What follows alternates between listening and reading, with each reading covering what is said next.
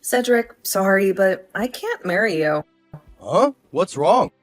Just consider this. You're about to marry the daughter of a multinational company's president.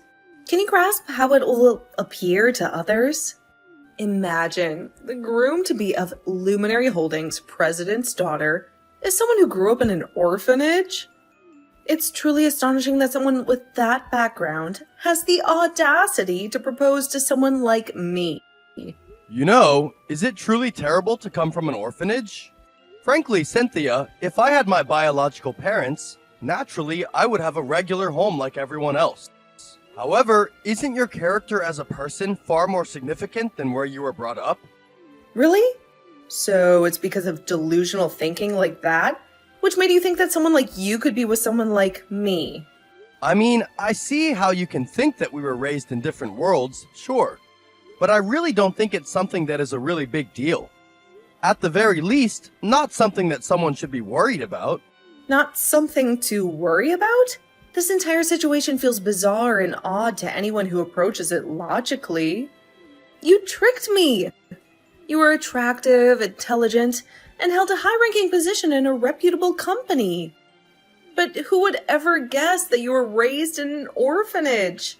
It's quite embarrassing that I actually accepted a proposal from someone like you.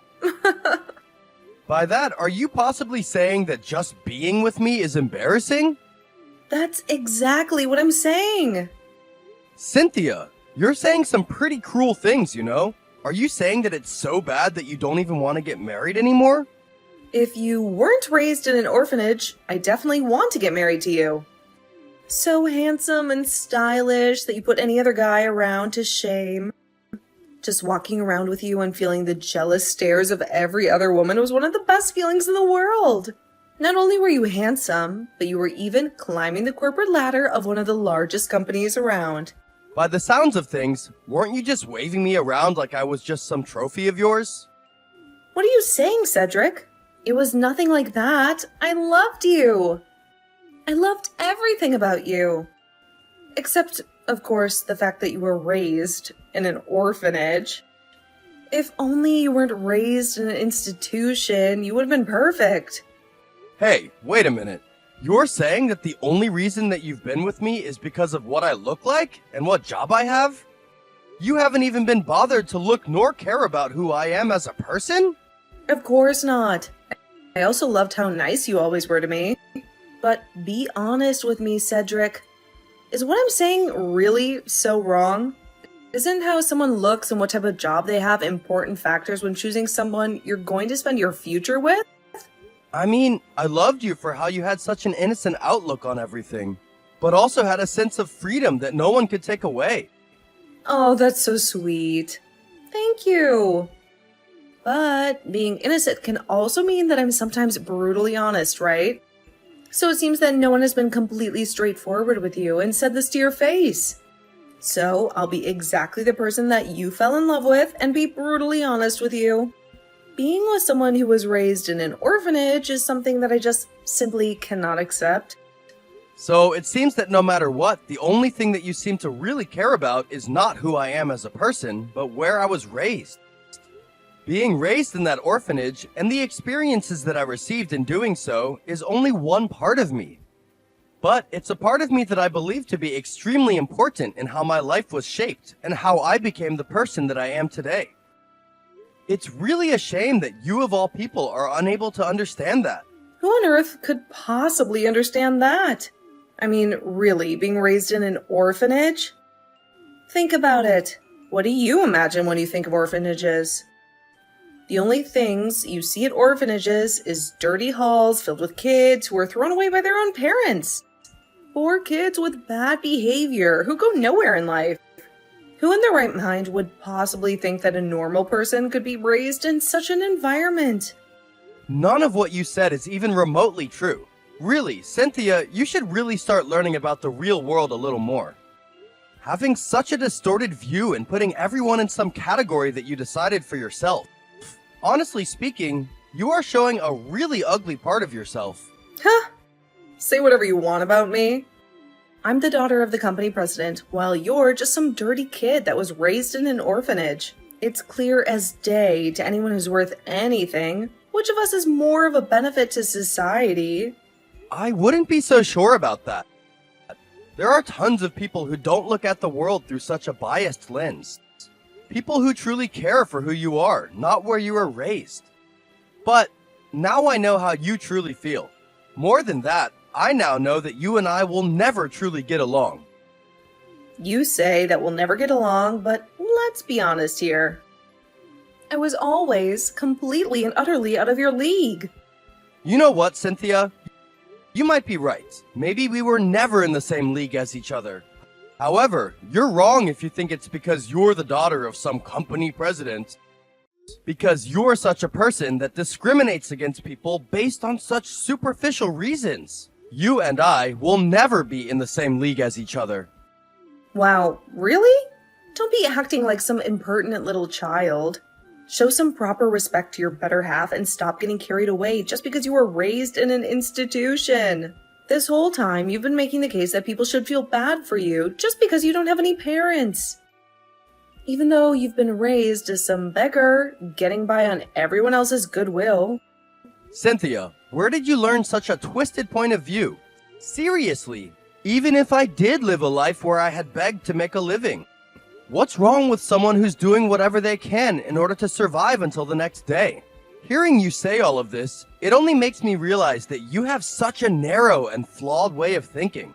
Now, Cedric, that's only your pride talking. Many people see things the same exact way I do. Someone who was just raised in an institution for abandoned children like yourself is just that despicable. You're embarrassed? I'm the one who chose to try and get married to someone whose biases and mindset are so distorted. I'm embarrassed for not being able to see who you truly are. If you're someone who thinks those things about other human beings, why is it that you didn't say so sooner? Obviously, it's because I never knew that you were an orphan until after I accepted your proposal. When I found out what you actually were, I decided to try and see if the other near-perfect parts of you could balance everything out. I was debating with myself the whole time whether I should keep you or throw you away like your parents did. You know, boys are basically just like accessories anyway. If you can't show them off in public, they're worthless. However, I've come to the conclusion that I just can't stand the embarrassment of being with a man who was raised as an orphan. Well, that's great to hear. You're free to think of me in any way that you want, and frankly, I don't care. But it really pisses me off that you seem to look down on all orphans as well as the great people, like my stepbrother, who treat them as family. Seem to look down on them? What are you talking about? Of course I look down on them. They're nothing compared to me. Have we not been having the same conversation? I'll say it one more time, hopefully clear enough for you to understand. Just being with a lowly, disgusting orphan is enough to make me die of embarrassment.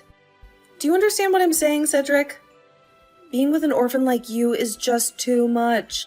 Cynthia, that way of thinking is something I will never in a million years even begin to comprehend. You are the lowest type of scum society has to offer. Say whatever you want to. Scream to the high heavens for all I care. Just don't get the wrong idea. Some stray dog crying classism isn't enough to make me think twice. Well, anyway, I'll go ahead and cancel the wedding ceremony, okay? Yeah, if you could do that for me, I would truly appreciate it. I'm so glad that I was able to see your true colors before we actually got married. Cedric, you're stealing my line. I'm glad that my family name wasn't tarnished by having some vile orphan sneakily marry his way into it. Oh, but would you even be able to pay for half of the cancellation fee of the ceremony? I would feel bad getting some poor lowly orphan to pay for such an expensive fee. I've earned each and every penny that I have, more than I can say about you. But if paying the cancellation fee means that I don't have to get married to someone like you, the cancellation fee is something that I'd be happy to pay 10 times over. But don't you dare make light of the work that I've put into making my life what it is now. You mean the money that you've been begging your whole life for in order to get? Maybe I too should start relying on the sympathy of others in order to get ahead in life, huh? Oh my, so very despicable. How dare you? I have not begged for a single thing in my life. My father is going to be gravely disappointed to hear this, but I'm going to tell him about how the wedding is canceled. Be sure to do that for me. Nevertheless, it's amazing that there is someone who'd even want an adoptive child who was raised in an orphanage. Could it be that he's your sugar daddy? That's enough out of you. My father is nothing like that. He is, and always will be, a good man. You've been making fun of the people to which I'm closest to, having no regard for them as human beings. Not even just that, you've even reduced yourself to blatantly insulting them. If you continue to insult my family any further, I will never forgive you. Oh no, woe is me. My now ex-fiancé won't forgive me for poking a little fun at his family. Whatever am I going to do? Could it be that... Oh no, he might return to his roots and start begging. Oh, I can only imagine the things that he would resort to begging for. Could it be something like, "Oh, please, dear sweet Cynthia, please bless me with some food so that I don't have to starve"? Oh no, I'm so scared. Well, when you do start to beg, I'm not going to be giving you anything anyway. So that's how you want to play it then, Cynthia? Fine. I get it. I now know exactly the type of cruel person that you are. All the nasty things that you've been saying about my beloved family, my roots at the orphanage, and even the great man who decided to become my father, I'll make sure that you regret all of it. I'll make you pay, Cynthia, for everything that you've said today. Cedric, are you there?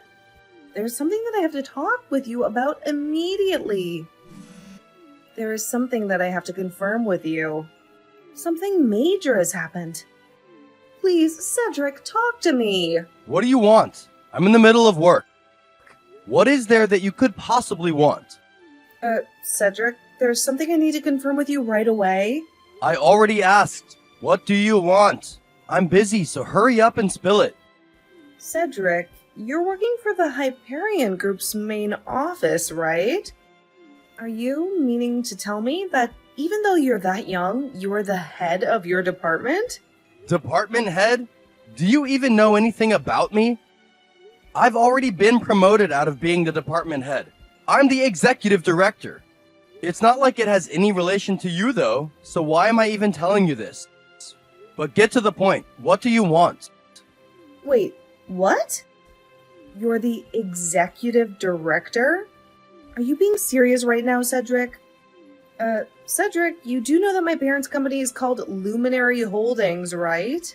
Yeah, of course I know about that.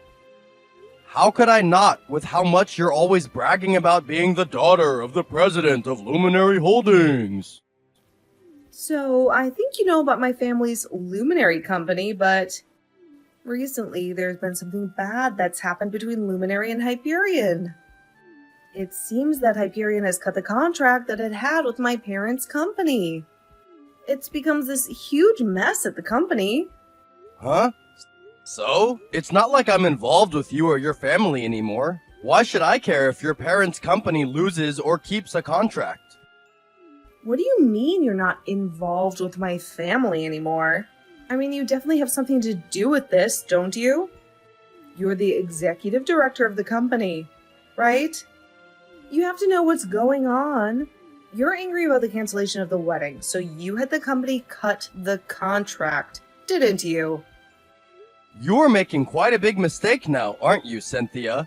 It's actually kind of laughable. I mean, sure, I was the one who ultimately gave the order to cut the contract with Luminary Holdings. But as for the reason, it definitely wasn't because you had decided to ultimately cancel the wedding. Why would you even think I'd be so petty as to make such a decision over something like that? What? Then why would you do something like this, Cedric? The Luminary Company is in real hot water now that the contract was nullified. What do you think we're to do? For some reason, news got out that the contract with Hyperion was cut? Now other big contracts are trying to pull out of the company. If so many big companies pull out at once, there will be little chance for Luminary to recover. If it continues like this, Luminary is sure to fall into bankruptcy. Ah, is that so? Well then, it's probably best for you, as the prize daughter of the Luminary Company, to go to the company and start trying to help out. And I'll let you know the reason to which I gave the order to actually end the contract with Luminary. It's simply because you've been making a fool out of the people that I hold most dear in my life. What? You're doing all of this, tearing down my family's company, ruining our lives, just because I did something as small as that? Something as small as that? You make me sick. To you, it might not be such a big deal to say those horrible things about the people that I care about. But to me, it's something that was completely unforgivable. Also, more than anything else, this might be a good experience for you. Losing all the things you've been flaunting in people's faces, maybe you'll truly start to understand the gravity of the cruel things you've been saying. Isn't that just great karmic justice? Cedric, this isn't some joke. Please, I'm begging you. Bring the deal back with Hyperion. If you restart the contract, I'll even allow you to go through with the wedding like we originally planned. Cynthia, stop making me laugh. What are you talking about here? I'd be begging not to marry someone who is as vile and heartless as you. Your whole existence was a stain on my life. I'm glad to be rid of it. But even if I did want to reverse it, this isn't something that I did all on my own. Not all on your own? What do you mean by that? Really, Cynthia? You're the esteemed daughter of the Luminary Holdings. Yet you don't have any idea of how businesses really work? Well, I guess that makes sense, especially since you've never actually had to work at the company. Shut up, Cedric. Just tell me what you're talking about. Before ultimately giving the order to cut the contract, I had set up meetings and received ample approval. I mean, this is beyond obvious to anyone who knows anything about how a company works. Having the whole of the Hyperion organization cut ties with Luminary Holdings is a pretty big-scale operation on its own. Wait, what are you getting at? Cut to the chase. The company's president had given me his explicit approval on the cancellation of the contract between Luminary Holdings and Hyperion. The company's president? Now you're just making no sense. You're the one who just told me to cut to the chase. I'm just giving you what you wanted. But, to put it simply, this situation isn't something that I had decided on my own. Or more simply, I wasn't the only one who had pushed for the cancellation of the contract between Hyperion and Luminary Holdings. In the end, it was the company president of Hyperion who had given me permission to order the cancellation of the contract. What? The president gave you the permission to cancel the contract? But why? Why would he do something like that? Luminary Holdings and Hyperion have had a contract going back at least 10 years. Why would he give permission to cut ties just like that? Well, it might have something to do with how he feels about being made into a fool for trying to raise and adopt a child as his own. It really does sound like him, not being able to hold back his anger, lashing out at the people who had decided to talk ill of him and his family. Huh? You can't possibly mean... No. Are you telling me that the adoptive father that you were talking about before, the one that you wanted to meet and have a private chat with, he was the president of the Hyperion Company? That your stepfather is the president? In not so many words, yes, my father is the president of the company. He's been particularly kind to me ever since I joined the company. He started to say that he wanted to have a successor to the company, which is when the whole conversation of being an adopted son had come into play. No, you can't be serious. You mean to say that I had abruptly canceled the wedding to the world-famous Hyperion Company's son?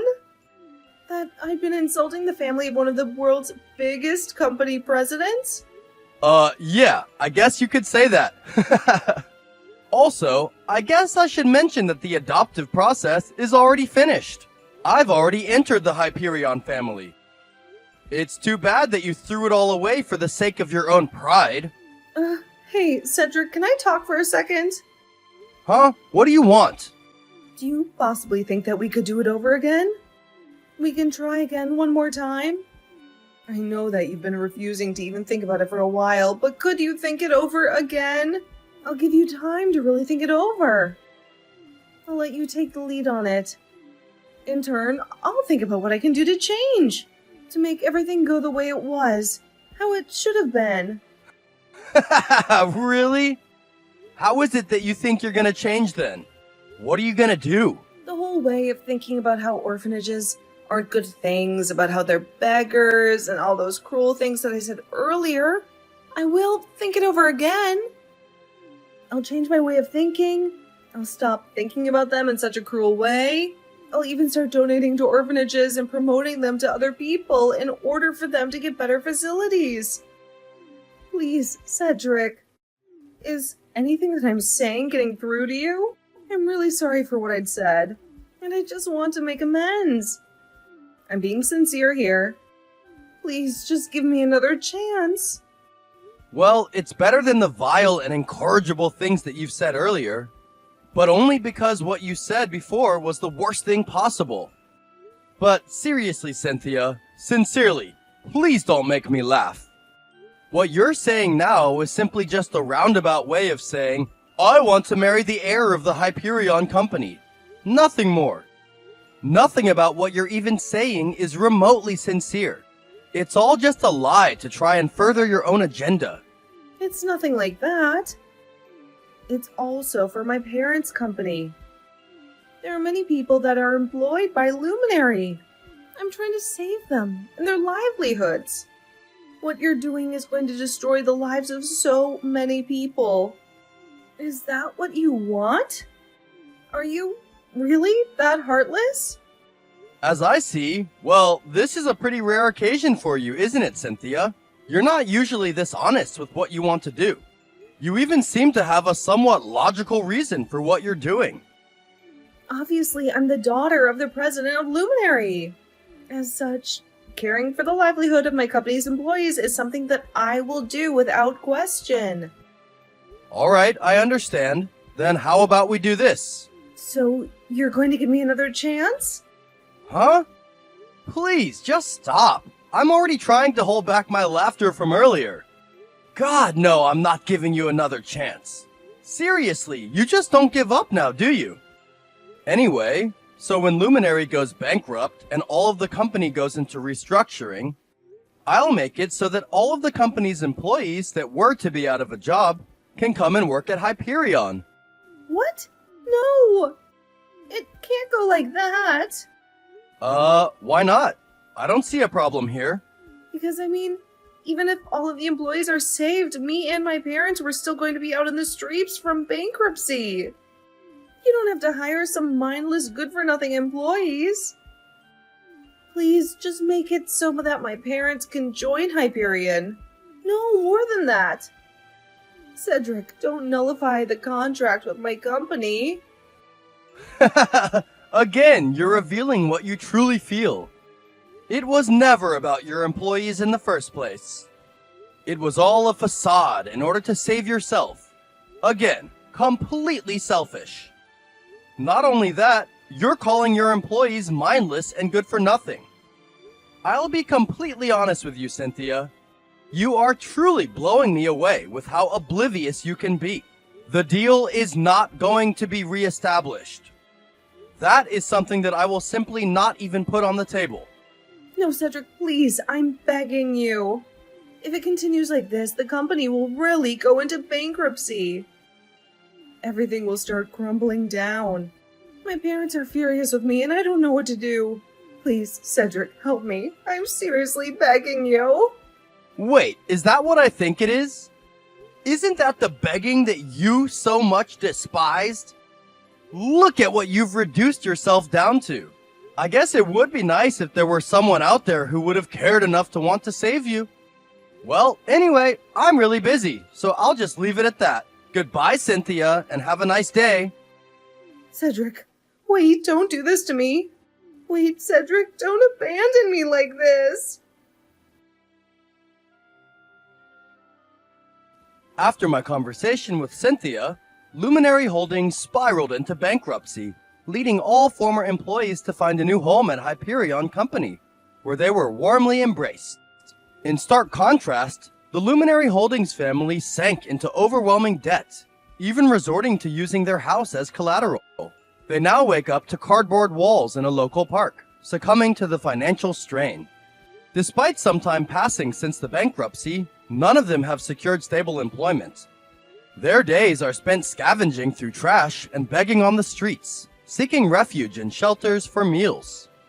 It's a daily existence of poverty and destitution, a reality Cynthia callously disparaged in our final moments together. I commend the kind-hearted individuals extending a helping hand to this struggling family. Above all, I hope Cynthia finally comprehends the hardships faced by the very people she once so readily demonized.